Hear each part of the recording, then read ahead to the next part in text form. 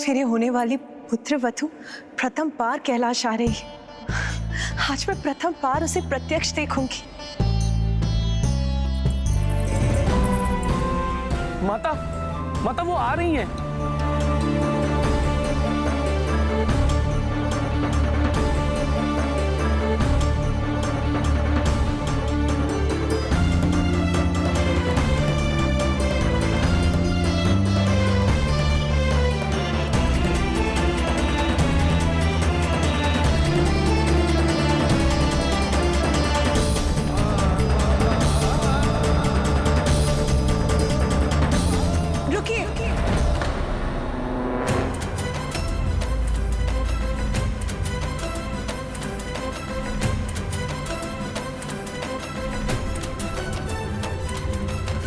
पुत्री, सर्वप्रथम अपना दाहिना पांव बढ़ाओ।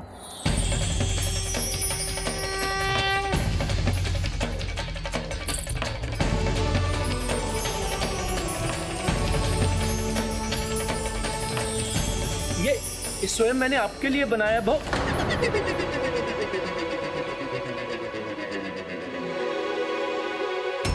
ये नंदी जी अभी क्या कहते कहते रुक गए। प्रणाम माता। पुत्री,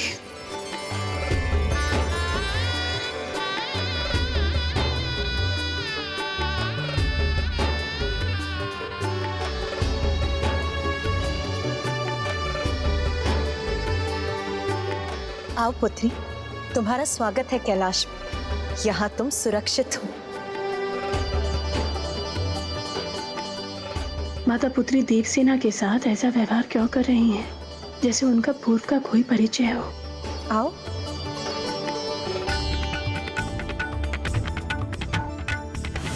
हाँ पुत्री, तुम्हें भूख लगी होगी ना, बैठो।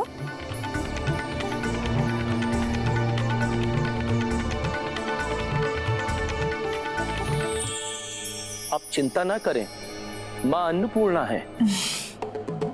बताओ ना पुत्री, क्या भाता है तुम्हें? खीर, हलवा, लड्डू, मोदक, बताओ पुत्री। माता ने इतना कुछ प्रस्तुत कर दिया, किसका चुनाव करूं मैं?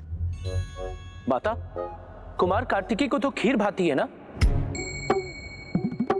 हाँ, मेरे विचार से तुम्हें भी खीर बहुत भाएगी, है ना? माता, इस विपत्ति के समय में आपने हमें आश्रय दिया, उसके लिए आपका कोटि कोटि धन्यवाद। किंतु आपको हमारा इस प्रकार का स्वागत और इतना कष्ट उठाने की कोई आवश्यकता नहीं थी। उचित होगा कि पुत्र कार्तिकेय और पुत्री देवसेना के विवाह की चर्चा देवी शची से मैं नहीं, अपितु स्वयं देवराज इंद्र ही करें।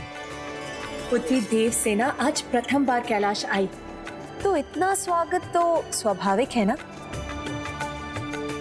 पुत्री?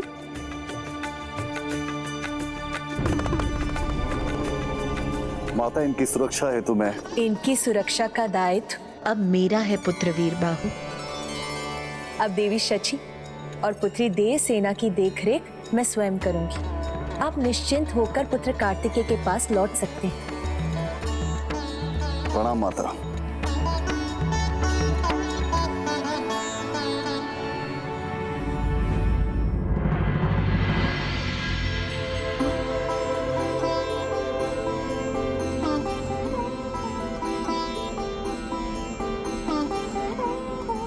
ये तो बहुत शुभ है कि भ्राता की यात्रा श्री केदारनाथ से आरंभ होने जा रही है, क्योंकि अब मुझे माता और पिताश्री की एक पावन कथा सुनाकर उन्हें विवाह के लिए मनाने का अवसर प्राप्त हो जाएगा। वीरबाहु, प्रभु, दो आसुरी स्त्रियां उनको प्रताड़ित कर रही थी, जिनसे मैंने देवी सची और देवी देवसेना को सुरक्षित कर कैलाश में छोड़ आया हूँ। उचित, कैलाश पहुंच के वो निश्चिंत हो गई होंगी। हाँ देवराज, मुझे तो ऐसा लगा जैसे माता पार्वती उनकी प्रतीक्षा में थी और कुमारी देवसेना को देखकर अति प्रसन्न हुई। उन्होंने कुमारी देवसेना का बहुत स्नेह से स्वागत किया। अर्थात माँ अपनी भावनाओं पर नियंत्रण नहीं रख सकी। अब कहीं वीरबाहु भ्राता के सामने पूरी बात ना कह दें। क्योंकि फिर भ्राता विवाह को लेकर सचेत हो जाएंगे। माँ ने कैलाश में प्रवेश के लिए सर्वप्रथम उनका दाहिना पांव आगे बढ़वाया।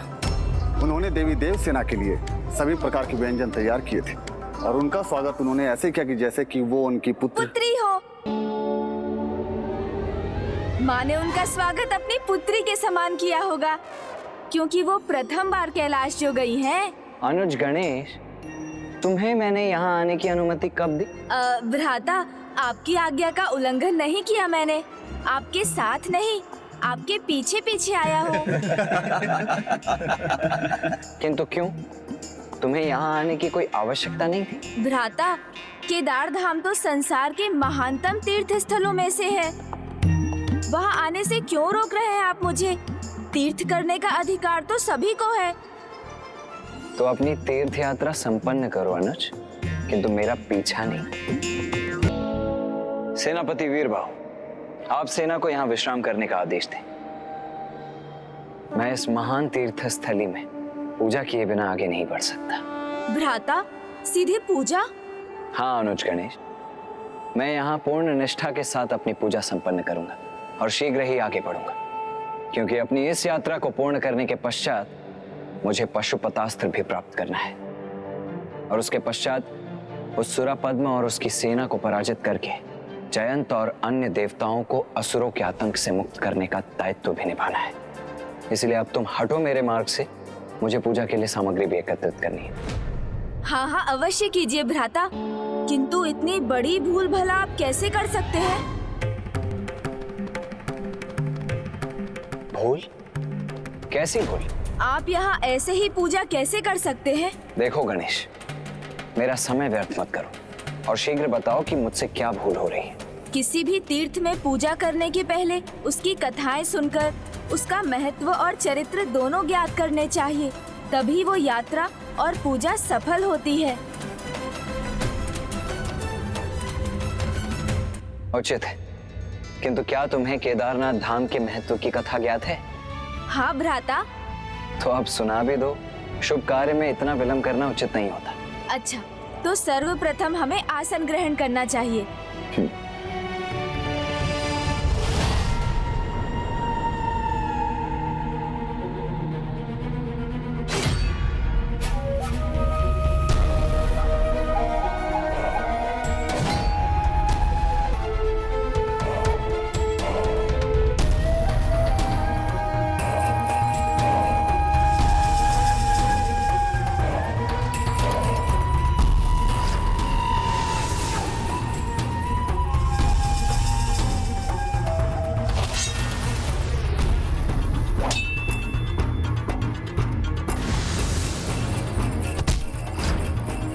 मायूरन, वो यहीं थे। हाँ हाँ शरण, यही थे। हाँ मयूरन, मुझे भी लग रहा है कि वो लोग यही थे, लेकिन कहाँ?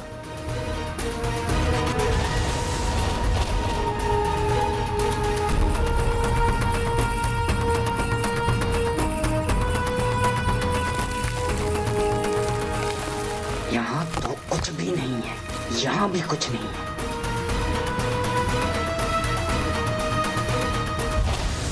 किंतु यहाँ तो कुछ भी नहीं दिख रहा है।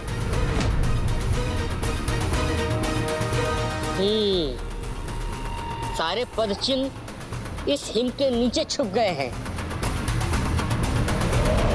उसका उपाय है मेरे पास।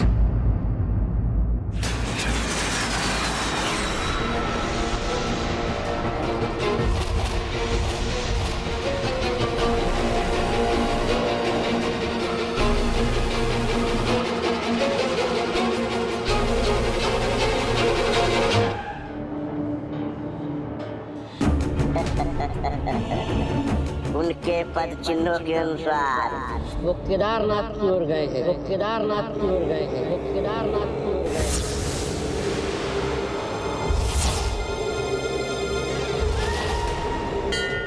पावन धाम केदारनाथ और उसकी कथा का संबंध देवराज इंद्र और उन पंच महाअसुरों से है, जिन्होंने बिना किसी पूर्व सूचना के अचानक इंद्रलोक पर धावा बोल दिया था।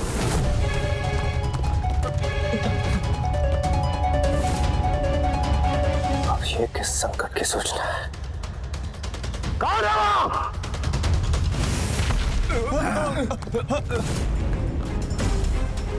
हिरण्याक्ष, जो अनेकों अस्त्रों का स्वामी था। सुबाहु, जिसकी बाहु वज्र के समान शक्तिशाली थी। वक्र कंधर, जो शरीर से वक्र था। त्रिशृंग, जो 3 सिंगों का था। और लोहिताश, जिसका तन लोहे का था। ये तो पंचासुर है। देवगण, अपने अपने अस्त्रों का आवाहन कीजिए।